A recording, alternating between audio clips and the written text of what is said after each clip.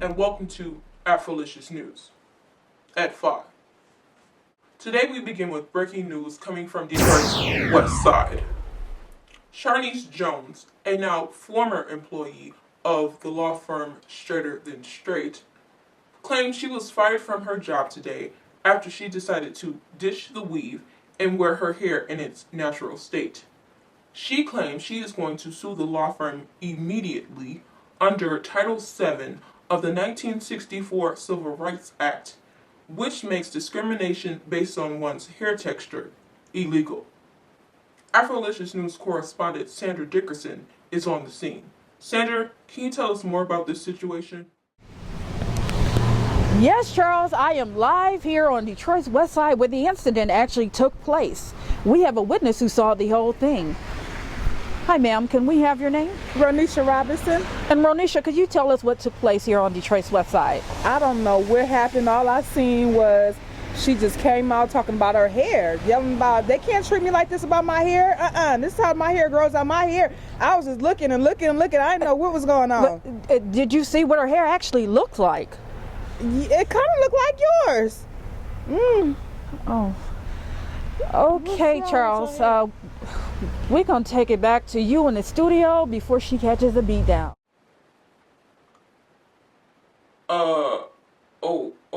Okay, Sandra. Can you tell us if there was any violence that took place? So far as violence, Charles, I don't know about the violence. From our witness, Ronisha, she says that I guess she left peacefully. We can only hope. Maybe we can see if we can get an interview with her. Oh, okay. Were there any more witnesses other than Ronisha? No further witnesses at the time. Charles, is there anything else? No. Alrighty. Let's take it back to you, Charles. Thank you. Firms. That way. Oh, okay. When we come back, we're going to give you information on some Asian girls taking some style inspirations from some African American sisters when we return.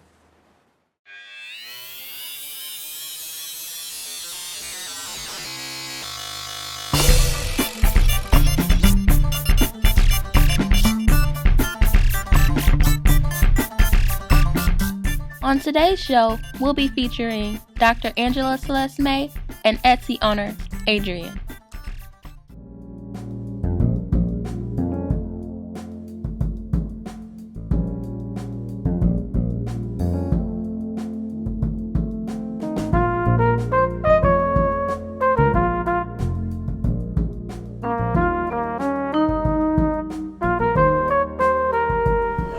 Voted Best Martini Bar by Weekly Detroit, the Centaur Bar is a great place to go if you need a drink or if you want to hang out with your friends.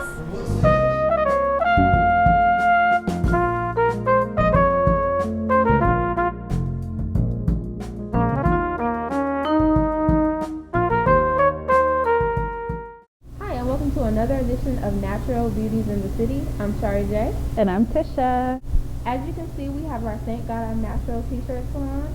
And this is in honor of Christia Donaldson. She's a native Detroiter, and she's an entrepreneur. She has her book, Thank God I'm Natural, and it's spoken to us in different ways.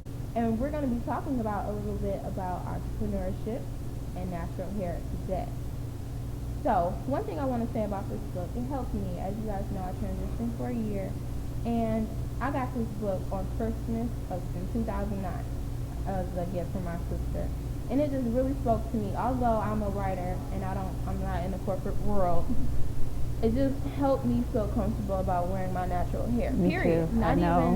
even in workplace. Right. Here every day. Every day here.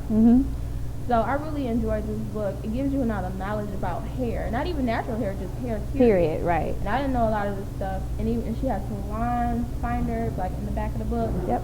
All kind of stuff. So I just really enjoyed this book, and I really want to say thank you to Christia Donaldson. You gave me so much inspiration. Thank you. I didn't even get to meet you at the Natural Hair Meetup, but just from this book, thank you so much for making this book, and thank you for showing us that, hey, you don't have to have relaxed hair in the workplace. You don't have to relax your hair to feel comfortable with yourself. you should feel comfortable with yourself and your own skin. So thanks a lot. Right. I also enjoyed this book. I recently met her at a natural hair meetup that we have in Detroit. Like Shari J mentioned, she is a native Detroiter. Woohoo! And so she came to the meetup, and when I say that she was this book in person, she was full of information. Not only that, just she gave us a lot of affirmations. She told us how to love ourselves. She also told us that every day won't be a perfect day with your hair, and I am kind of experiencing that today. And so this book is a must read for anybody. I'm relaxed, natural, whatever your hair state is, it is a must read. So if you're going natural, you're thinking about it, this is a perfect guide on how to do everything from styling to her own personal testimony. So we're so thankful that you wrote this book. She also has apparel. As you can see, we're wearing her shirts. She has bags. She has, just everything. And this book is just the bomb. So Christia, I want to thank you. We all want to thank you. We had to give you some love. We love you. And we appreciate you. Thank you so much. Thank you. Today's Hair It Is topic comes from hairpolitic.com's article, Natural Hair in the Workplace, Flipping the Script. In this very interesting article, different women give their experiences when trying to obtain a job with natural hair. How was your experience? Here, we'll share our story. So Tisha, I read this article and I was like, what? Right. Oh my gosh. I know. Okay. Where do I even begin? Okay, first of all, the story was crazy to me. The fact that, she saw the Glamour edition, the article, and it said the big old picture of the woman with locks, and said, what was it? At the bottom of it, it said extreme. I actually heard about this article a couple years ago. Okay. And I had no idea that it had a black woman on the article and it said extreme. I just thought they talked about it within the article. I didn't know But the fact that you have that in your, area of business. Right. And it's 2000. This is a recent article. This is recent. This is published 2010, but it's 2011. Okay, yeah. Right. December 2010. Right. Okay. Well, first of all, I have to speak from experience because I am not in the professional corporate world. Me neither. As a writer, you've seen writers. Right. You all have creative ability to wear your hair. Very relaxed environment. Right. You can go anywhere. You see writers in busted shoes, and jeans and t-shirts. It doesn't even matter. Right. But when I was interning, I would intern at certain professional businesses where you had to have, a collared shirt, black, heels. Right. Exactly.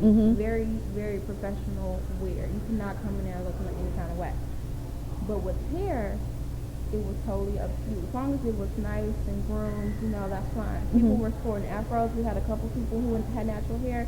I never really thought it was a bad thing in my area of business or, what I do as a professional. Right. But when I hear people having really hard times, even people commenting on my page saying I could never wear that to work, or natural hair in the workplace is not a good thing, or you can't do it, it really hurts me to hear that, Now, I will say this. Y'all might get mad at me. But if you're really having a hard time, let's say you're going for an interview, you're having a hard time with your natural hair, why not do like a roller set or something to make yourself feel better? Right. And then as you get into the company, start, day by day, showing your real texture. Right. I mean, it's still natural hair, is it not? Right. I just think you can do certain things to make yourself feel better. Because Right. although we should feel better in our own skin, sometimes we don't. Let's just keep it real. Yeah, right. We have to be honest. So I think that, don't go ahead and perm your hair. Don't go and show your hair. You can still get stuff with your natural hair with just manipulating it a little bit. Right. So I would say that people need to do stuff to make themselves feel comfortable rather than just listening to someone say, just do your hair, rock your hair. Right. You're not always going to feel that way. So that's my thing. I know some people going to get mad at me, but that's just how I feel. That's how you feel, and I truly understand. But that wasn't the case with me. I wasn't able to do a roller set. Right. I wasn't able to pin it up. I completely cut all of my hair off. So I did it while I was on vacation, and when I came back, it was so drastic to my coworkers. I caught hell. Seriously, I caught hell. People were talking about me behind my back. They were saying all kind of nasty things, and then some people were bold enough to bring it to me. It was still professional. I was able to wear it. It was in standard with our guidelines in my line of business or my line of work. We can't wear any hairstyles that touch our collar. So of course I wouldn't be able to wear my fro right now unless I pinned it up in the back. And so I just went through a phase where I had to worry about the stares, the looks, and what people said. And then as it started to grow, people were like, oh, okay, it's okay, but they still were not comfortable with it.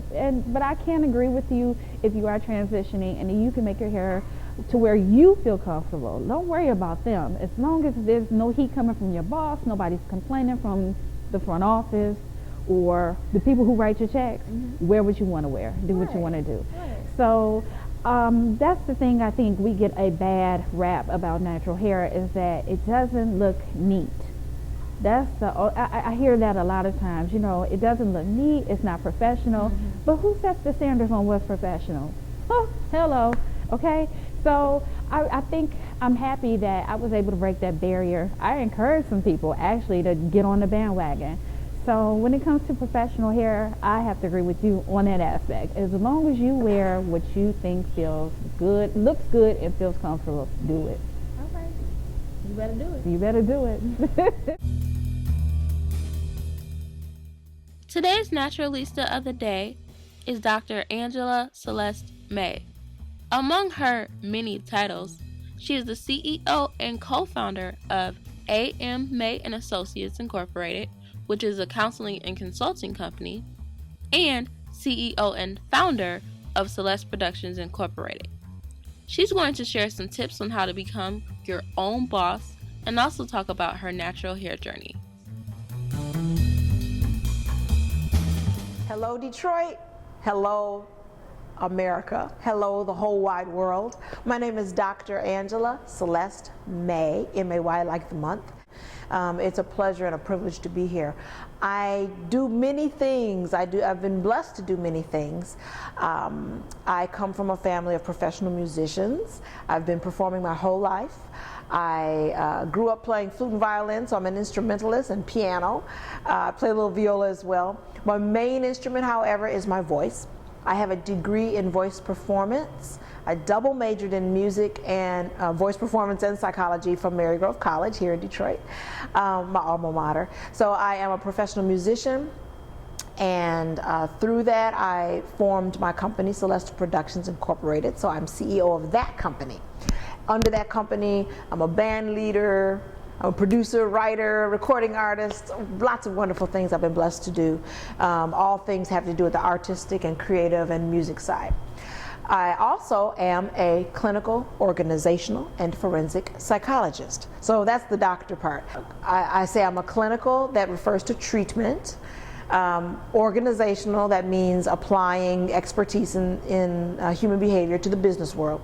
And forensic. I was a forensic examiner for Wayne County. For myself, as far as my own personal story, I may be unusual. I think there's some fellow ladies like myself, but basically I spent most of my life natural. I've been natural mainly my whole life, really.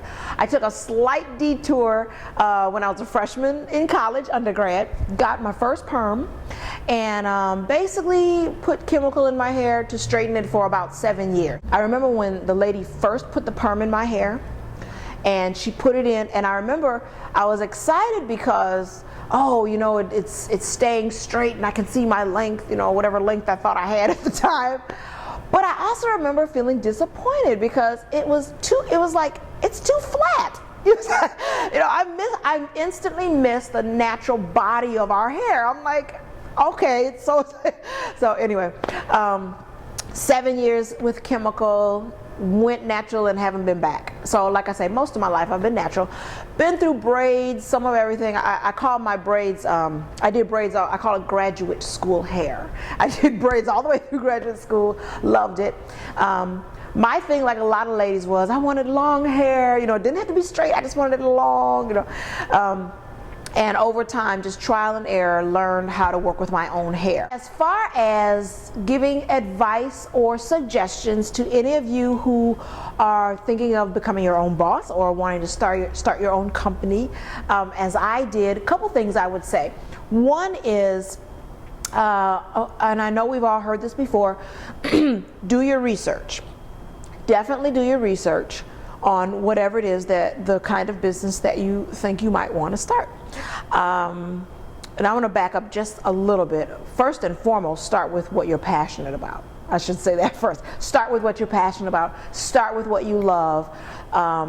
Try to, unshackle your mind as far as what you think can be possible, and just go to the ends of the universe as far as what do you want to do? What do you see yourself doing that you would love to do? Start with what you would love to do with no limits. Start from there, and then I encourage people to journal, write it down, look at it on paper, come back to it, talk about it with supportive people, really hone in on what is it that I'm that I see myself doing. What am I passionate enough about that I'm willing to put my time and my energy and, of course, money and all of that into.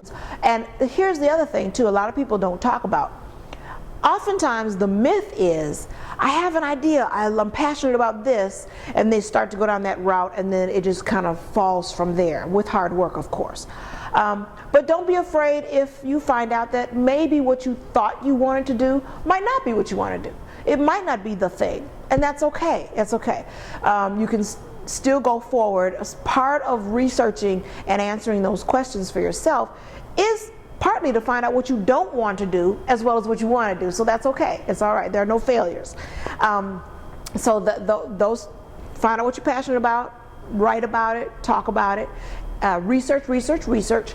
Third thing I would say is, you always hear people say this as well, get a business plan.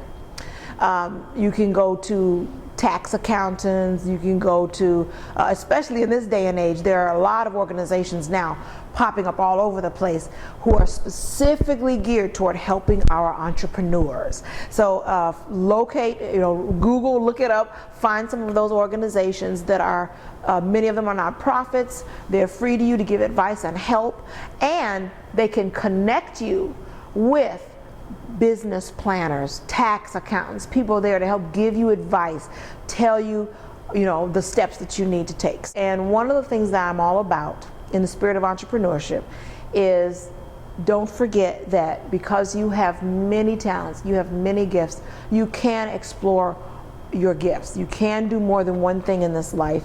And I think sometimes being an entrepreneur is about that as well. You can do more than one thing. You may not do it all at once, and maybe you shouldn't, because we want to stay healthy, don't want to be overstressed. But you can do more than one thing in life. So that's important to keep in mind. So as you naturals know, when we have natural hair and we like to wear our hair in a fro, we love to have those big accessories to accentuate our hair. Yes.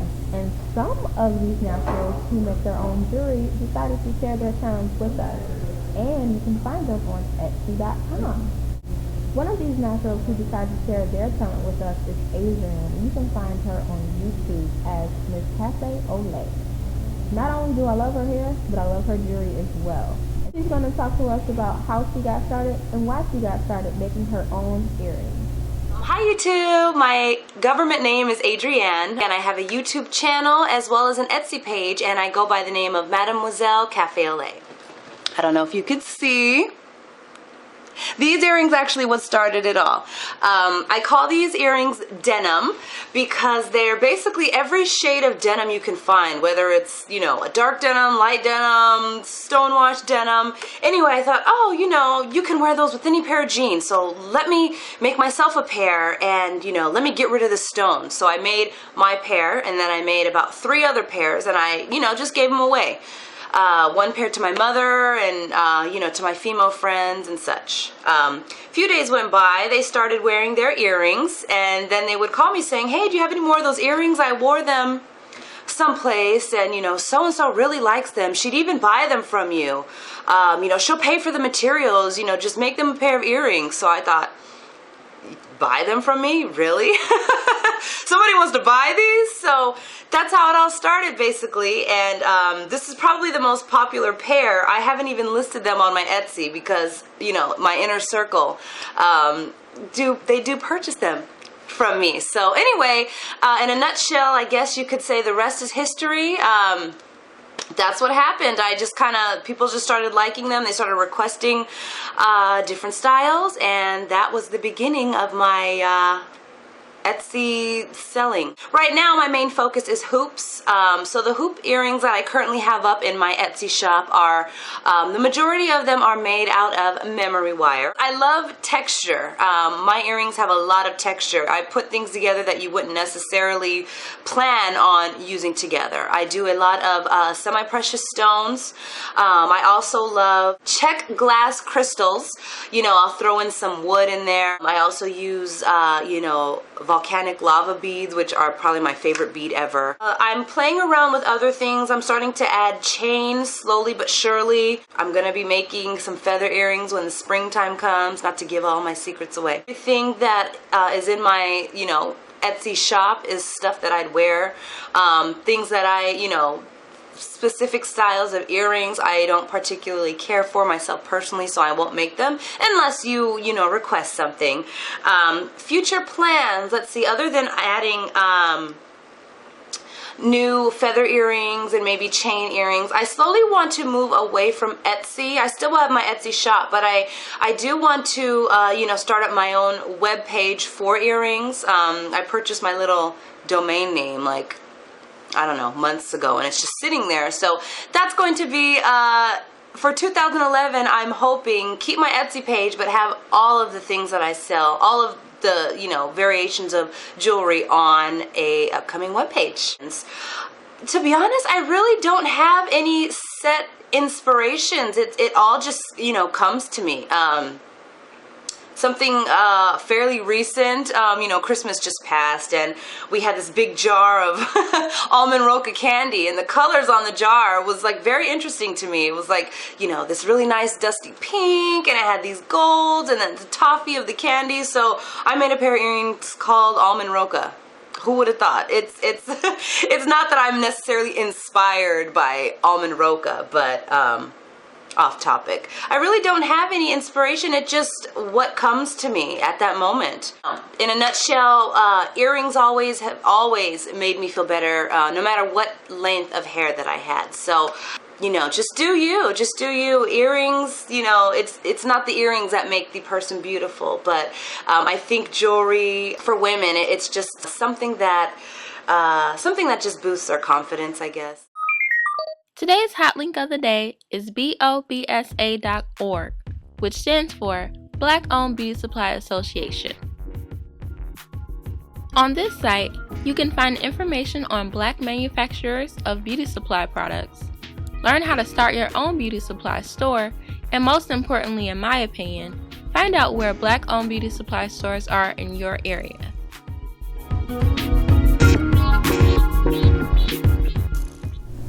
So thank you for watching another episode of Natural Beauty. I want to thank everybody who sent in those emails. Thank We got a lot of you. emails with a lot of great suggestions, Yes. a lot of good information, and we're going to use those as well. So as you guys know, if you have a suggestion, constructive criticism, make sure you send it in to naturalbitc@gmail.com. We'll see you guys next week. See ya. Thanks for watching.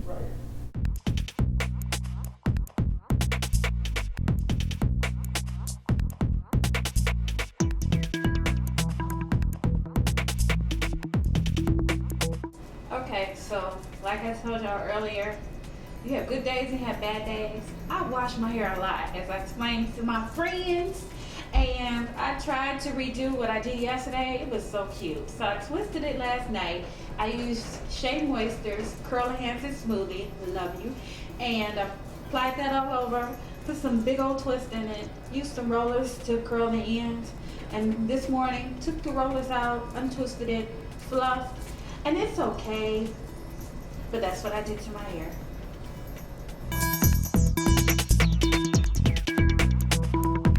So today I have a twist updo. I did flat twist on the side and twist in the back. It's looking a little grimy now because this is 5th day here. And I use Mazzani's True Textures line, and you'll see the review on that later. Didn't really like those products, but as for twist, it did a pretty good job of keeping my twist in and moisturized. And that's my hairstyle for today.